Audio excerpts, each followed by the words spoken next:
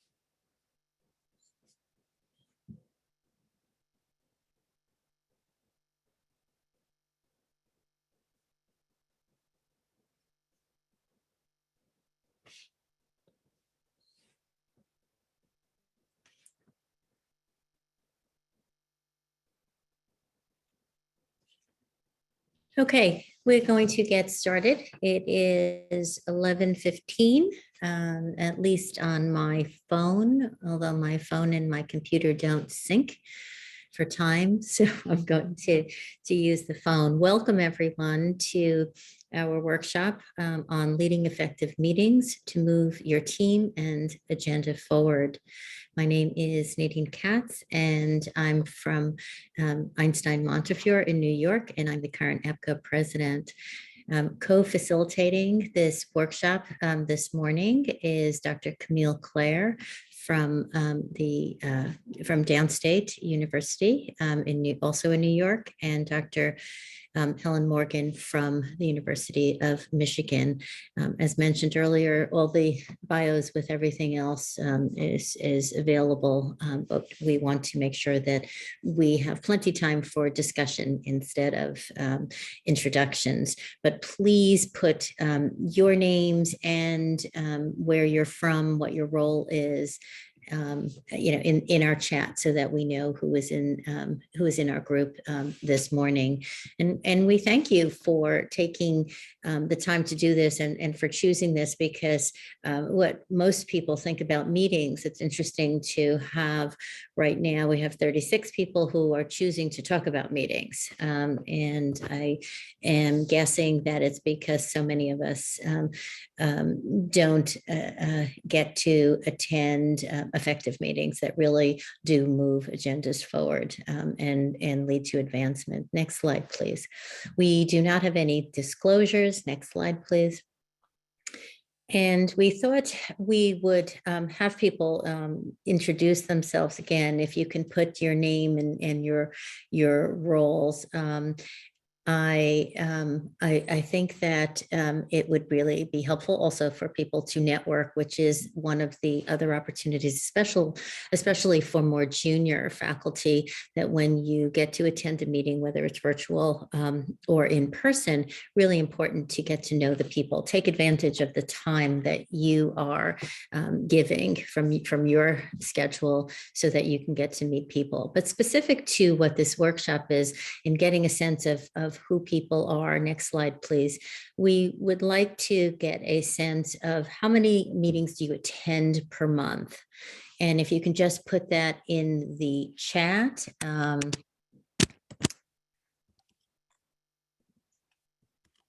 We can get a sense of how busy people are with these meetings. So our facilitators are all of us are in way more than 12 per month. Love Dr. Moravsky's way of writing it. Again, you can keep introducing yourselves, but people tend to have to go to a lot of meetings, right? So we're thinking about this as a really big time sink. And for the junior people in the audience, important to think about what can you do as someone attending a meeting to get some visibility and potential career advancement that will help you reach your career goals. So really balancing not only how do you run an effective meeting, but what are the behaviors that someone can do during a meeting while attending and being a participant to get noticed in that way. Next slide, please. And if we can talk about how many meetings do you actually run each month? How many do you chair, or are you the president of or a standing meeting? How many do you actually run?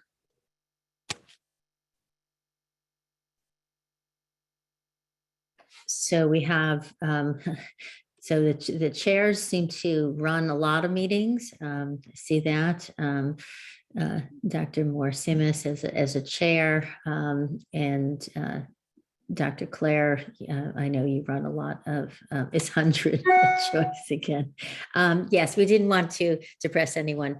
So you get a sense that there are people who run a lot of meetings, and all of us, though, attend a lot of meetings. Next slide, please. So it really gives us a sense that this is a group that really spends a lot of times in that dreaded meeting. And of course, with COVID and meetings being virtual, adding that additional challenge. So now if you can tell us how many of the meetings that you attend or even run, be honest, do you think are run well?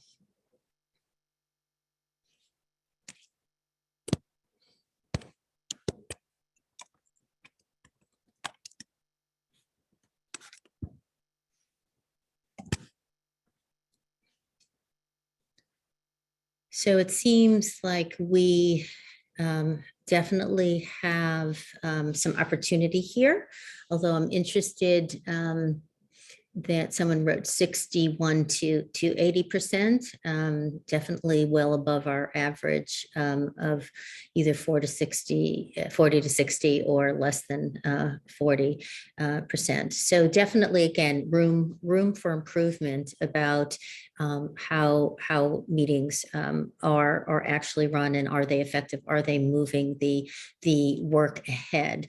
And I'm hoping that also that, you know, as early as tomorrow, when you start your day and start your first meeting, that you'll start to think about what we discussed today to see how you might improve it. And that's how you can actually start to apply what we're discussing this morning to your work, literally as early as tomorrow. Next slide, please.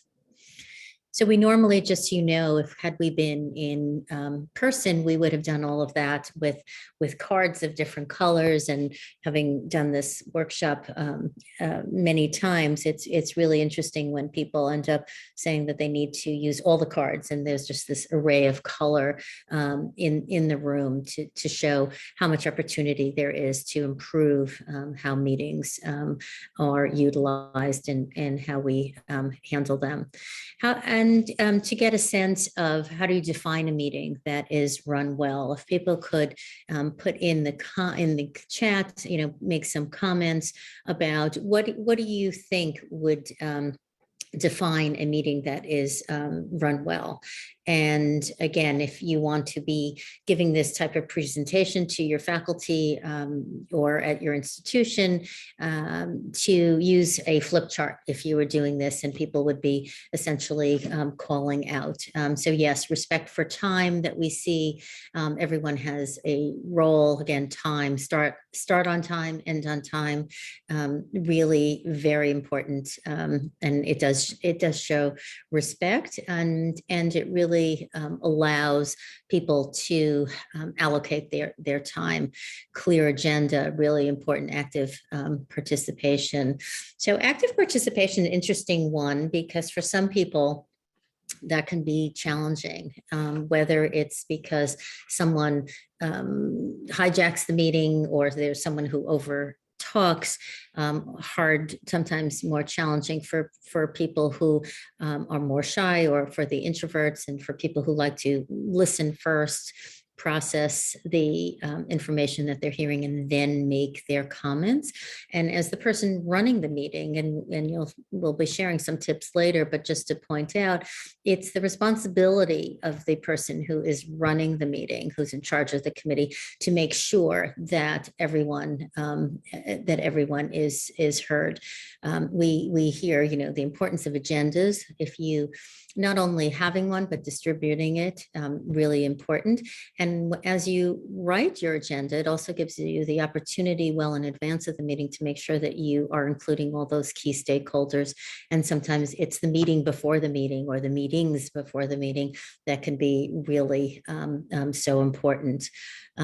Also in the chat with virtual meetings, everyone is multitasking, not paying full attention, and it can do that. And again, if there are clear expectations, and there is something about norming a group, and whether it's a new committee that's formed or a new leadership change, to let people know what the expectations are for participating, as well as what, how to handle certain situations. As clinicians, oftentimes people get called away. So, how to handle it so that the conversation can remain productive, and how to table certain items if, in fact, the right people were called away or could not attend any particular meeting. Really difficult, especially I think that there are more meetings because people think it's easier to have virtual meetings. So to ever really get the full attendance is challenging. And one way, as the person leading the meeting, to know that you have a valuable meeting is to see how many people attend, and do people want to attend, and if people can't, do they specifically let you know and ask to be excused, and know what they are responsible for. And again, that makes people want to attend if they have had an assignment that they're reporting back on. So it sounded like time, agendas, getting everyone to participate.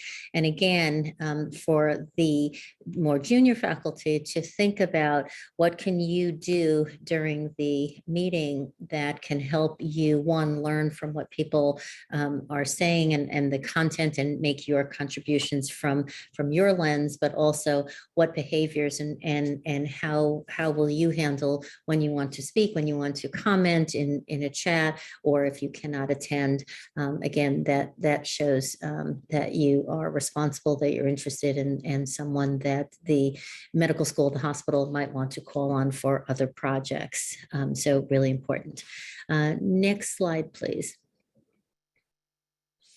So this is just something that we had found, that really we want the leader of the meeting, the person who is really facilitating the discussion, to get people motivated. And it's really important to have interdisciplinary teams, diverse teams, so that we hear all different perspectives, but that the leader really is the one that should be motivating the people to not only accomplish great things, but to work collaboratively and collegially. And I personally point out, especially at meetings where we're potentially speaking about some controversial topics, or ones that might have one group, sort of feel like that they are being attacked, to really, I remind people of the ground rules of letting people speak, making sure we are collegial, and to, of course, thinking about solutions versus attacking any one person or group. So again, what's off limits, and giving people actually suggestions. Just Friday afternoon, midday, I needed to, as the person facilitating, as the person leading the conversation, needed to make sure that people, one, calm down, and two, chose the right kind of words to make sure that the leadership team from multiple hospitals, that people were being, cordial, respectful, and that we were all in that discussion to work collaboratively. So it can be, something that you have to do even with people who are pretty high level. It sometimes can be a challenge, and in past times, people have asked how do you handle it when it's a chair or a CEO or, someone with a significant leadership role. And again, everyone at the meeting really has the expectation of speaking and behaving appropriately and professionally. And it's up to the leader of the meeting, the chair of the committee, to make sure that that happens. Sometimes those are conversations that you can help modify in the moment. And if not, it's definitely, sometimes if it's a more junior person, they don't want to say anything to his or her chair. And that's something that it can have a meeting after the meeting on discussing that, and getting some input from the chair on how the chair would like to handle certain things, as well as you giving that feedback to the chair, that there were some people who didn't know how to react, or wouldn't normally be privy to hear the chair saying things in that way. So you work with the leadership, and they definitely do appreciate that. So lots of things that we're throwing at you, but just to sort of think about the responsibilities of the leader. Next slide, please. So in this session, we're going to identify the steps for the planning that's involved. We're going to discuss really those tips and very specific ways on making sure that we have diverse perspectives, and making sure that people not only have an opportunity to speak, but that they are heard. And then go over some skills to really help facilitate a positive meeting environment, including our virtual meeting, and thinking about leadership styles and how you can use your leadership style to effectively move an agenda forward. I'll call on Dr. Morgan to take over next. Thank you for your attention. Thank you. We are so excited that there are so many of you here today. I think this is a topic where many of us were never really taught the skills and how to run a meeting well and how to be strategic with these skills, which is why we were so excited to put this workshop together for FDS. So I'm going to start with an overview of best practices. And it's going to be kind of a multi-step process of how much you do before the meeting, and then how can you be strategic during the meeting as well. So step one, it sounds like such a no-brainer, but one, assess the need for a meeting. And how do you assess the need for a meeting? I think the very first thing is you really have to reflect on what is the purpose and what is the goal for this meeting. I think many of us, especially in the med ed world, are so used to just having meetings because that's what we're supposed to be doing, but we don't reflect on what is the purpose or goal. We're hoping that we'll have a little time today for all of you to think about the next meeting that you are planning after FDS. And we have this meeting-wise agenda template that we want you to kind of look at this agenda template and say, can this be the agenda for my next meeting? The meeting topic, who's going to be there. And this is something that I go to so many meetings where there are no meeting objectives. And we're really good with objectives. We're all medical educators. We all know our Bloom's taxonomy. But the first time when I went to a leadership development course and I sat down and thought about the meeting objectives for my next meeting, they were all review, review, review. I was like, review this topic, and review this topic. And we all know as medical educators, that is not the right category of Bloom's taxonomy. Because if you're just going to review materials, then there should be some other way of sharing that information. And I think many of us have been at a meeting where the meeting facilitator just talks at the people in the meeting the whole time, and there's very little back and forth. So the meeting objectives should be things like finalize the agenda, prioritize agenda items, introduce. You should have, just like Nadine mentioned, you should have different members of your team that are introducing these different items during your meeting so that you can accomplish the goals that you want with your meeting. You always want to make sure you have the right people present. Are the right people who can make the decisions? Will they be able to be at the meeting? Is a meeting the best way?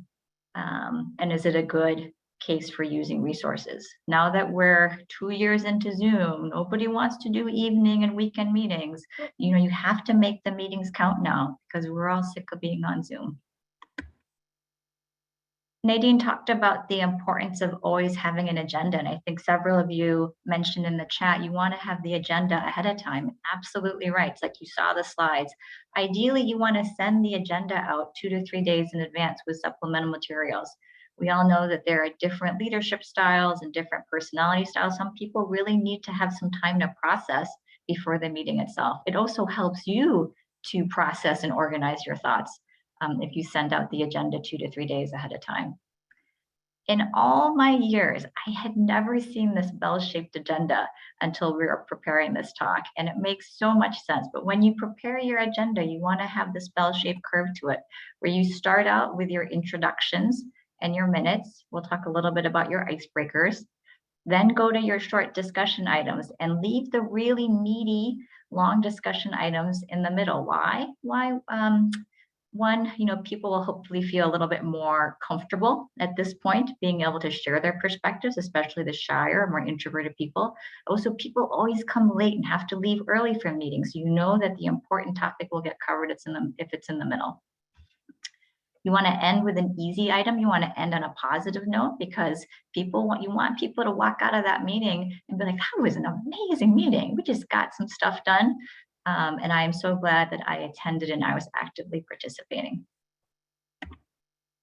This is part of the step 3 is part of the advanced preparation. I don't want to spend the whole meeting like telling my mea culpas of things I've done wrong, but not getting stakeholder support before the meeting is definitely something that I want everybody to think about as being the take home from this meeting. I think many of us have made the mistake of walking into a meeting and knowing there's an important stakeholder at that meeting and just kind of cross their fingers and said, I hope that person agrees with what I'm trying to get across. And that has not worked for me in the past. And you don't know what that person may say. So this is such a good time to get on the phone, have a quick phone chat and say, hey, just so you know, we're talking about this at the meeting. I'd love to hear your thoughts. I'd love for you to hear my thoughts on this agenda item so that we can get similar to being on the same page. When the actual meeting happens, it's like smooth as silk. To know your facts, that sounds so obviously intuitive, but sometimes we're so busy, we're going from meeting to meeting. And so remember, make sure you have looked over the supplemental materials that you've asked your committee members to look over prior to the meeting. And then, of course, to be prepared and to ask the tough questions during the meeting so that everybody knows that this is supposed to be a 2-way, 3-way. This is supposed to be an interactive sharing of opinions. The next few slides are just going to be some kind of pro tips on owning your meeting and how can you convey your leadership style through your meeting, whether it's in person or virtual. So I love icebreakers. And so anybody who comes to my meetings, they know that we're going to have some like kooky little introduction. And if it's one of the bigger meetings, we are going to have some icebreakers. And so I'm very excited to be the new chair of UMIC, and I'm already starting to think about what those icebreakers were. Starhampton was always amazing about having different saran wrap things to kind of get people comfortable with each other. So everybody has to just define what makes sense for their leadership style. I mean, there could be a whole talk on how do you act like a leader. It's, your leadership presence, it's the tone, it's the words, it's the yes and instead of the no buts. There's some gender considerations in terms of, you can always think about Sheryl Sandberg always showing up wearing a suit when the rest of her team is wearing, jeans and a hoodie. And she made that decision that this was going to be her leadership style, to be professionally dressed. It's portraying the positive so that your team feels inspired to be part of your team.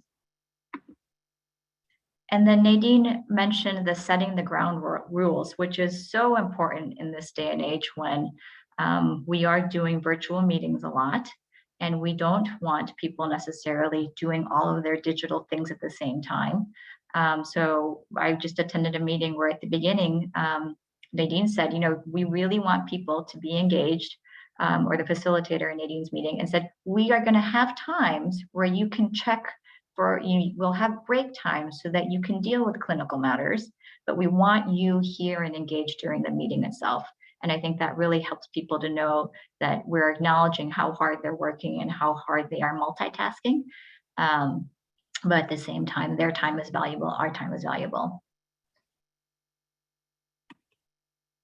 And then I will pass it now on to Dr. Claire. Thank you so much. And thanks for the opportunity to join Dr. Katz and Dr. Morgan for this important presentation. I think I'm going to be speaking mostly to diverse perspectives that are shared and heard. And for many of us, perhaps we can put in the chat, what does a diverse perspective mean? There's an author, Priya Parker, in The Art of Gathering, that talked about how to identify that before the meeting. Who are the audience members that you're going to think about making sure they're in the room as you're preparing for the meeting. Dr. Morgan and Dr. Katz spoke a lot about the pre-meeting and speaking to individuals before. Are you ensuring that diverse perspectives, dissenting opinions are in the room, which is very, very important. We spoke a lot about the ground rules. And so if you can go ahead and put in the chat, what do you consider to be a diverse perspective? Myself in the room as my self-identities make my perspectives very often diverse in the rooms that I'm in, even though I may share the same roles as many others in the room. So I think that's extremely important as we think about that. You also want to set the tone for the meeting to allow that all perspectives, even though they're dissenting, will be honored and will be reflected, even though everyone's leadership style and every participant style may be different. So that's extremely important. So if we can go to the next slide, please.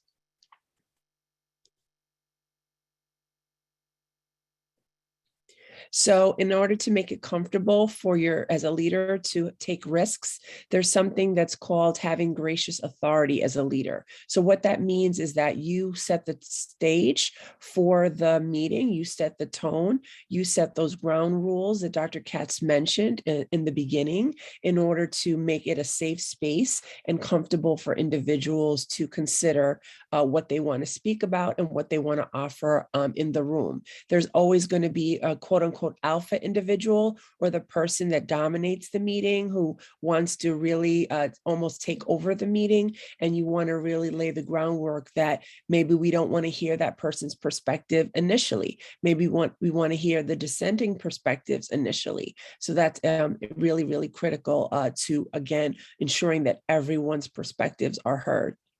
In addition, for some of us, especially in these Zoom environments, some of us really use the raise hand function. Some of us just jump in initially, even though we're supposed to raise our hands. Some of us just jump in right away. So we want to, again, be able to lay those ground rules from the beginning, so we know this is the standards of the meeting that we want to lay forth. Next slide, please.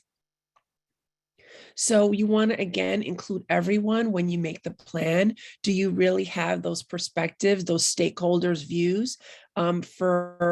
Again, you want to sort of act as a conductor, laying the groundwork, making sure you've included everyone. Did you think about someone that you might not have considered before? Do you need to think about other perspectives in the room? Do you need to talk about other leaders to hear their perspectives and seeing what you need to do to encourage that everyone has that perspective that you wish to give in your meeting? So that's very, very important. Next slide, please. So another important way to do this is to rotate roles in the meeting. We have what's called a step up and a step back approach. So if you have those in the meeting that always are the first ones to give their opinions, perhaps you want to do a step back approach for those individuals. So they're not the first persons to give their opinions in the meeting. You want those who are usually the ones that are quiet and reflective to perhaps be the first ones to give their opinion. And as a leader, you may decide previous to the meeting that you're going to let individuals know, I may actually call on you in the meeting to give your perspectives, and letting people know ahead of time, because again, that may make people feel that they're on the spot, which may be an uncomfortable place, especially for those who may have diverse identities in the room. They don't want to feel additionally burdened to represent their particular group or represent the whole, a whole monolithic perspective, which is not monolithic. So again, in rotating roles, you may want to do that. Again, as Dr. Katz mentioned, how do you arrange the rooms? Are you as the leader always at the head part of the table? Maybe it would be good to be interspersed between the other people in the meeting so that there is no one leader. Should it be a circle as opposed to a head and others at the table? Should there be smaller breakouts? So that's, again, really, really important as you think about how each individual is having a perspective. In terms of your agenda, you may give certain individuals specific assignments in the meeting. I'd like you to come to the meeting sharing your specific perspective that you want to share during the meeting, and I'm going to call on you. And also in your introduction, you're going to also lay a room or lay bare a space for individuals to just listen during the meeting. Sometimes there are those who just communicate during the meeting, and sometimes it's an appropriate role to just be a listener in the meeting, which is very important. Next slide, please. Could I ask you one quick question there? Sure. I love the idea of kind of preparing somebody ahead of time and saying, I may ask you to step up and answer this question, just so that you know. I'd love to hear perspectives on how do you do the converse when you want somebody to be like, I would love it if you weren't the first person to answer each question, because you usually are the first person to answer each question. I think that's the important work of the pre-meeting. And thank you for making those points, Dr. Morgan. I think in the pre-meeting, you can lay the groundwork as you're speaking to each individual that you're preparing before the meeting to say, listen, during the meeting, we're going to do a little bit different. We're going to perhaps have you hold your perspectives. We want to hear from you, but perhaps we're going to hold those perspectives to a different point in the meeting so that we can hear from some other individuals that we don't always hear from. So that's a very good point. Not only asking for those to step up during the meeting, but again, previous to the meeting, ask individuals to maybe step back, which is an uncomfortable place for either person to be in. So that's a very good point. Next slide, please. And again, in order to ensure that everyone's heard, you want to know what those dissenting opinions are, what those diverse opinions are. Are you being intentional about asking individuals in the room? I think the most important thing, which I forgot to mention in my first slide, is that in order to ensure that your organization, your department, your institution is inclusive, it's important to have inclusive meetings. And that's very, very important. So identifying who are those individuals in the room. Are you inclusive in the space? Do you making sure that everyone feels that they belong, which are important DEIE concepts to think about. And again, doing that beforehand in each individual meeting also lays the groundwork for inclusivity for your organization and for your institution. So next slide, please. And again, in terms of your transparency about how you're making decisions in your meeting and after the meeting, again, that post work is also important. As a leader, it's important to get that feedback from your participants. What do we do good in this meeting? What do we need to do perhaps a little bit better? Did I really make sure that each individual perspectives are made? This is how I came to this decision because I got the consensus of the group, or I thought about some other perspectives. I put my patient in the center of this decision, was thinking. I put a certain individual in the center of the decision that may not have been heard before. So again, in order to be transparent in our processes, we have to again ask for that after the meeting, almost post work. We talked about a lot about pre-work, but what is that post work, and how do we use that information to help frame our next meeting? And be prepared to think about that again right after the meeting as part of the work that you're looking to do. Next slide. I believe that's my last one. Thank you very much.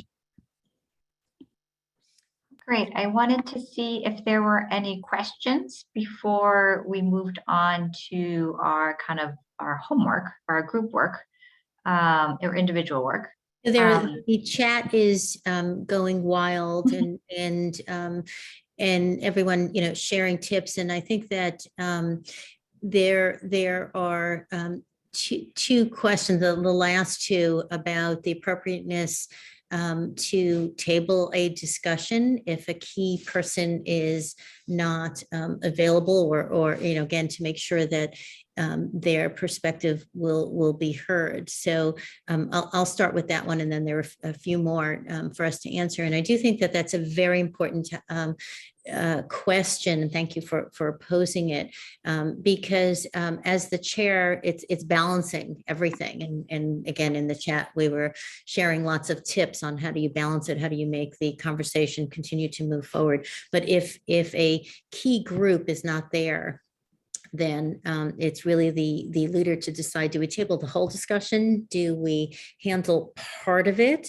And then have that part documented in the minutes so that everyone can do that. And then making sure that that topic is continued at the next meeting when the key participant can be there.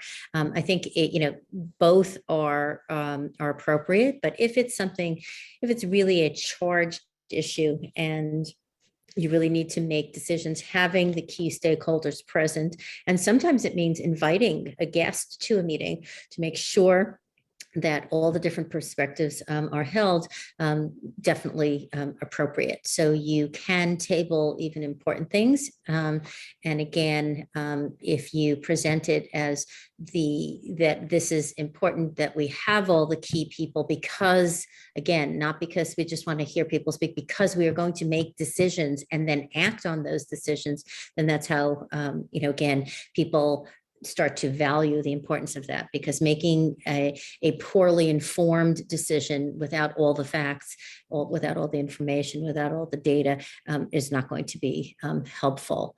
There's some other questions. Dr. Katz, if I could add one thing to that in terms of tabling a meeting, is there a place? Not the meeting, the conference. I'm sorry, I just conversation, right? The conversation. Right. So, is there a consideration for possibly even hearing those perspectives in another format? Can those dissenting opinions or diverse opinions be shared with you as the leader of the meeting, that you can relay it on their behalf? In other words, I cannot personally represent this individual's view, but I wanted this person to be at the meeting, and they share their perspectives, even though they can't be at the meeting. So that's another strategy that you can possibly do if you have a time-sensitive issue that you really need to discuss, and you can't have that person in the room. So that's another possible option. Great, great point to put out. And the reason I was thinking about tabling it is, again, to demonstrate. Sometimes it's important for people to visually see who is a key stakeholder.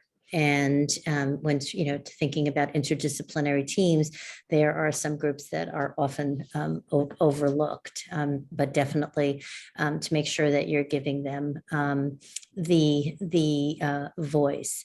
There were some other suggestions related to talking about the crickets. So again, if people are prepared, so if people have that information ahead of time so that they can actually compose their comments. And again, what Dr. Claire, Dr. Morgan and I have been stressing, that if you speak to people before and let them know you're going to be calling on them, then sometimes you have there are crickets that actually make noise, aren't there? Right. So that some might actually make some comments because they're prepared, so that they don't feel that they are on the spot. And again, when people are not often included. So if you think of more junior faculty, oftentimes for our efforts to make sure we have a diverse perspective being heard, we want to make sure that people all feel comfortable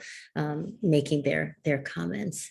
There was a great question that was on the counterpoint. What about when you know that your meeting agenda keeps getting derailed by that one voice that's so disgruntled and is so unhappy? And it's one of those strategic things where if you know that that person is going to act a certain way, like don't be surprised, you know what's going to happen. So what sort of prep can you do ahead of time? Either by engaging that person, and that might not be the best tactic, but are there other stakeholders that you can engage? So it's not like you fighting against this person all by yourself in the meeting. What kind of strategic planning can be accomplished ahead of time? Can you also use other individuals to speak to this individual? So it's not just you as the leader. Can other people engage with this alpha individual to give their perspectives? The other thing is, as you start the meeting, are you greeting individual team members as they're coming in and letting people know? If I say, good morning, so-and-so, as you're entering the meeting, you're not calling them out for the time that their arrival. Oh, so Dr. Claire's arriving. Hello, everyone. You're just personally greeting each individual, because others may shrink back. They may just want to slip in, but you're intentionally, again, allowing for everyone to be recognized and heard as they're coming in the meeting. Hello, Dr. Morgan. Hello, Dr. Katz. Hello, Dr. Claire. Everyone is greeted as such, so that, again, you're recognizing each individual as coming into the meeting as well, and perhaps as leaving the meeting, depending on what's appropriate. For that naysayer, again, really important to have that counterpoint be heard, but not take over, all the discussions. And again, as the leader of the meeting, you do have the opportunity in using a quick summary. So we've heard. It's also a way of making sure that the original person, oftentimes it's the woman who said it, and then it's overlooked until the man repeats it, and then the conversation comes out. So as the leader, you can really, one, give credit to people, but you can also summarize to say, yes, we've heard the counterpoints or the cons, we've heard the pros, you summarize it, and then you bring the committee, forward. The other thing is, if that same person, sort of starts speaking or raises his or her hand, it's an opportunity to specifically say, are you going to make a different comment? Again, we need to move the discussion forward. We have used the allotted time, and again, giving even on the spot, direction. Again, hard if it's your chair who's doing that, but that's where having the pre and post meeting conversations privately with the chair, as well as asking the chair for the support in the meeting to help you demonstrate your leadership skills and your leadership of the committee. A lot of times chairs sort of take a step back because you're asking them for help, and there are ways of sort of handling that conversation, but it's your way of asking your chair for support, and that sometimes helps. Anything else in the chat, Dr. Morgan, anything else that we want to point out? I think that when we do our individual work, it will also spark some great questions as well. So I put in the chat a template for this meeting-wise agenda template. So it's a Google document that you can copy and make your own version of.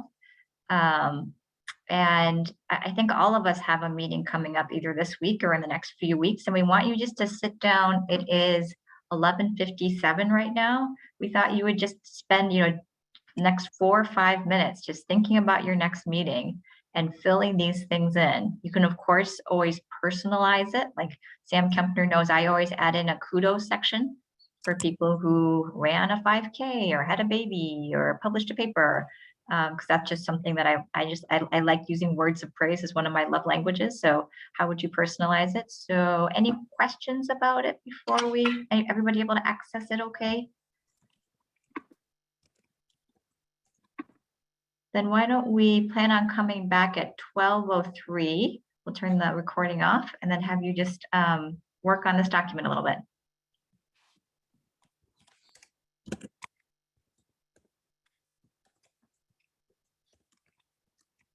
Assignments are.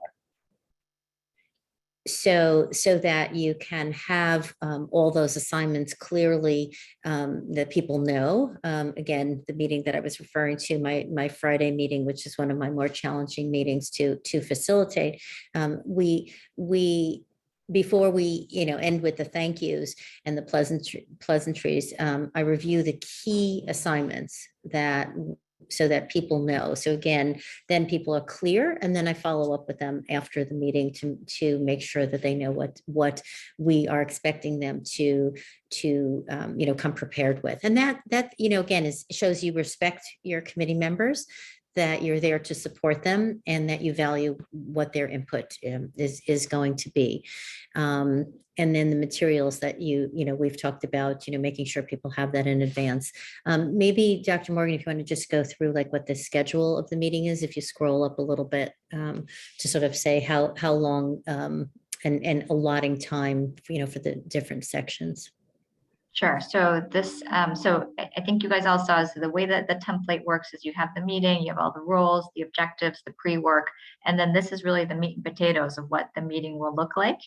And it was so interesting to see how many of you wrote that a meeting that stays on track is a good meeting in your opinion. So be really thoughtful about how much time to spend on each item then. I know I always need more time for introductions because I always have my cookie little icebreaker. So give myself time for introductions so I'm not running behind in the beginning. And then, making sure that you are intentional about how much time for each item that you decide to include on your agenda. So I think it's really important, you make a good point, Dr. Morgan. If we're starting on time and ending on time, that people, one, will know that so that they will show up on time, because they know if you're not going to start for 5 or 6 minutes, they'll come 5 or 6 minutes later. There's some people who really, it's not physically possible, even with Zoom and Teams meetings, because some other meetings run over. But that's where you can start with your check-in and your icebreakers, and that allows the meeting to start on time and allows the people who need to just even click, myself included, to get into the next conversation. It gives them that minute of wiggle time, so that they can join the conversation. I so know that's another value. Everybody always has life get in the way sometimes, but I had one medical school leadership person who always came late to her own meetings. Every single time she'd show up 8 to 10 minutes late for her own meeting, even if it was the first meeting of the day. And it's really important. I think that's part of the leadership presence of what message are you sending if you show up late for your own meeting. And everybody loves it when a meeting ends early. If you can give people a 5-minute biology break, get some food, pet their dog, it makes such a difference. So being very mindful of which way you want to go, with the caveat that sometimes life gets in the way, so show some self-grace, but just think about most of the time, what intention are you portraying? Helen, people are asking about what kind of icebreakers do you do? And I'll add on to the question, and how do you use icebreakers to help the committee kind of really form as more than a committee, but as a team that's working to, whether it's a task force to solve one issue or something more longstanding. So what goes in your mind when you're thinking about your icebreakers? So for our one more thing, I'm sorry, I just wanted to add, how does your icebreaker help with that diversity of thought or dissenting opinion? Does that allow for individuals that may not know each other as well or be less likely to speak up? Do you use your icebreakers in order to facilitate that? Sorry, I wanted to just add that. No, thank you. Yeah, Sam Kempner knows that I regularly organize our residency prep course team. That's about 30 people, about a third of them are students. And so, we all have to be very mindful of privilege when we decide what the icebreaker will be. If you say, what is your favorite vacation spot, that implies some privilege right there. But if you say if the icebreaker is something that you're nervous about with a new transition, like it gives people the opportunity to say, okay, oh boy, this is one of the meetings where we're just jumping into vulnerabilities in the beginning. And it gives the students a very active role or an active voice early on as well. And even just doing introductions makes such a difference in the power dynamic. And then if it could be something silly of what's your favorite holiday tradition, just to try to even some of that hierarchy, I think is so important. Really important point about hierarchy. And again, making sure everyone feels that they are able to voice their perspectives. And again, I do think that also sometimes while you might say, okay, why share holiday perspectives, you really are having people learn about different cultures, different personal things that make people more approachable and really can be very helpful. And again, it goes beyond what's actually happening for the actual meeting conversation, but really how you can be supporting other faculty that would not otherwise feel comfortable. And I like how you recognized that there are many of us that are privileged, and some of us are not as privileged as others. So I really liked how you recognize that and allowing for folks not to feel a certain way because of our inherent privileges. Mm-hmm. And we're also, I think we all have to acknowledge that we're tired and we're burned out, and we all thought we were going to be in Florida. And so trying to make things fun because we're just, if you have a whole day full of meetings every hour on the hour, you want something a little fun in the meetings to make it feel a little bit more personal.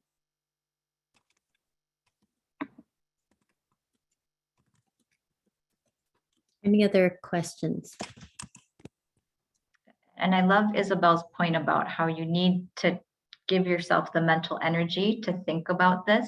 And I always think about it saves you so much time and effort afterwards. Because we've been in the meetings where the person who runs the meeting talks the whole time and then takes on all the tasks afterwards. And you're like, why were we all at this meeting? Like, why were all these smart people in this meeting? And we didn't actually provide any input. And this meeting organizer is going to do all the work afterwards because they never took the time to think about what the tasks would be. Ideally, you put in this time and then you save so much more time afterwards because you have other members of your team helping you. So delegation really important. And again, I think the meeting wrap up hugely important, as well as the prompt distribution of minutes, which also can reiterate what the assignments are and preparation that's needed for the next meeting. So I think that, again, it's important to begin on time, end on time, but also how you end really sets the stage for that next conversation. And I think that it is definitely important to delegate and have clarity for the delegation of what the assignment is. As we're looking to wrap up as well pretty soon in the next few minutes, if folks also felt comfortable turning on their cameras or asking a question out loud, we would love to not see black Zoom boxes if anyone felt comfortable with that, if we had a little time for a question or two. There was a great question about how do you make sure you're not giving the same people work or having the same people volunteer to do the work, if we want to address that question. Yeah, I mean, sometimes that does require volunteering other individuals or volunteering other individuals to give their perspective. Again, ahead of time, letting folks know that at the end of the meeting, there may be some assignments that you might not have expected. And so giving people the opportunity for the wrap up part of the meeting to say, this is the assignments that you may be receiving afterwards. And so if you don't immediately volunteer, then you will be potentially assigned something to wrap up and a to do after. And thank you for those who felt comfortable turning their cameras on. I really appreciate that. Nice to see everybody from their rooms in Florida. I want to just add on to what Dr. Claire was just saying, and I think it is the responsibility of the leader of the committee to have intentionality for really everything that happens, and to really be monitoring the conversation. So whether it's for assignments, to also think about and asking those questions: am I always relying on the same person, and am I giving other people opportunities to shine? Am I bringing in the right, people?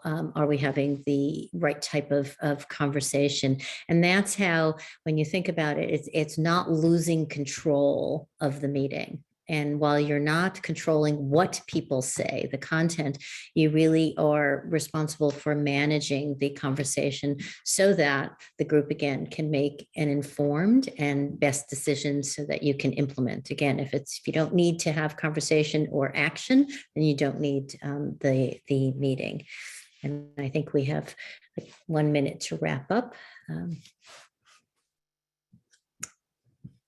I really appreciate you guys all coming and turning your cameras on. I know it's Sunday morning, so and I will put I'll put the Word document into our Whova file so that you guys know it'll be there. And I think I get some points for the leaderboard for that. But we really appreciate you guys all coming to our session, and it was lovely seeing all of you today.